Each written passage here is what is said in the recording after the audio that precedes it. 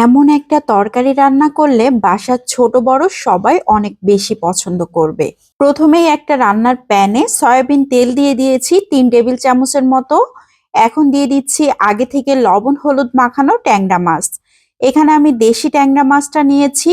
এখন ট্যাংরা মাছটাকে কিছুক্ষণ ধরে ভেজে নিতে হবে, তবে একদম কড়া করে ভাজবো না, লাল লাল করে হালকা করে ভেজে নিব। ট্যাংরা মাছ একদম কড়া করে ভাজলে শক্ত হয়ে যাবে, তখন আর খেতে ভালো লাগবে না। এই জন্য উল্টে পাল্টে বেশ কিছুক্ষণ ধরে ভেজে তেল ঝরিয়ে উঠিয়ে নিচ্ছি।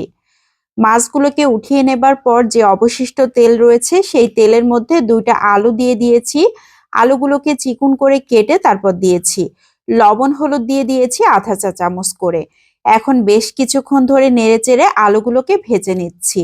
আমি হালকা করে আলুগুলোকে ভেজে নিয়েছি। এখন 3 টেবিল চামচের মতো পেঁয়াজ কুচি দিয়ে দিয়েছি। কাঁচামরিচ ফালি দিয়ে দিয়েছি 6-7টার মতো।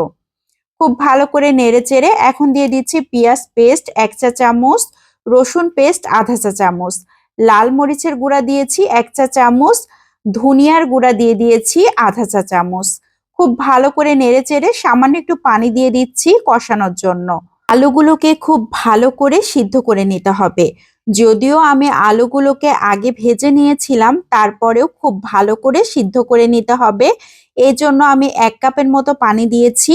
এখন ঢাকনা দিয়ে ঢেকে 5-6 মিনিট জাল করে নিচ্ছি। এ পর্যায়ে আলুগুলো দেখেই বোঝা যাচ্ছে সিদ্ধ হয়ে গিয়েছে, নিচের ঝোলটাও প্রায় শুকিয়ে গিয়েছে। এখন অনবরত বেশ কিছুক্ষণ নেড়েচেড়ে 2টা টমেটো দিয়ে দিয়েছি। আবারও খুব ভালো করে নেড়েচেড়ে নিচ্ছি। নিচে যে পানি আছে সেটা একদম শুকিয়ে নিয়েছি। এখন সেই ভেজে রাখা মাছগুলোকে দিয়ে দিচ্ছি। আবারও খুব ভালো করে নেড়েচেড়ে মশলার সাথে মাছগুলোকে খুব ভালো করে মিশিয়ে নিয়েছি। এ পর্যায়ে ঢাকনা দিয়ে ঢেকে 2-3 মিনিট জাল করে নিচ্ছি। তাহলে টমেটোগুলো খুব ভালো মতো সিদ্ধ হয়ে যাবে আর মাছের সাথে মশলাগুলো খুব ভালো মতো মিশে যাবে। এখন আবারও বেশ কিছুক্ষণ নাড়াচাড়া করে একদম ভাজা ভাজা করে নিয়েছি। এখন দিয়ে দিচ্ছি ঝোলের পানি। তবে ঝোলটা যে যেমন রাখতে চান সেভাবে পানি দিলেই হবে। আমি খুব বেশি ঝোল রাখবো না, একদম গায়ে মাখা হালকা একটা ঝোল রাখবো। এই জন্য আমি এখানে 1.5 কাপের মতো পানি দিয়েছি।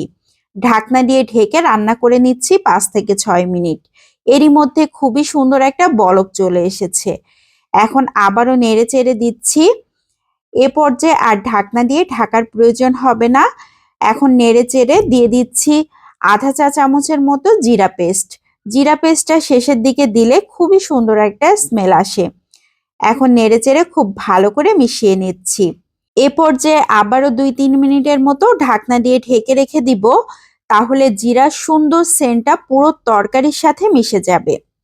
তরকারি কিন্তু প্রায় রেডি হয়ে যাওয়ার মতো হয়ে গিয়েছে। এখন আবারও খুব ভালো করে নেড়েচেড়ে এখানে দিয়ে দিচ্ছি ধনিয়া পাতা কুচি। তবে ধনিয়া পাতা কুচি যারা পছন্দ করেন না তারা স্কিপ করতে পারেন। এই ধরনের তরকারিতে ধনিয়া পাতা কুচি দিলে খুবই সুন্দর একটা স্মেল আসে। ধনিয়া পাতা কুচি দেবার পর খুব বেশিক্ষণ আর জাল করা যাবে না।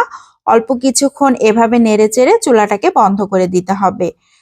তরকারি একদম রেডি হয়ে গিয়েছে। এখন আমি সার্ভ করে নিচ্ছি।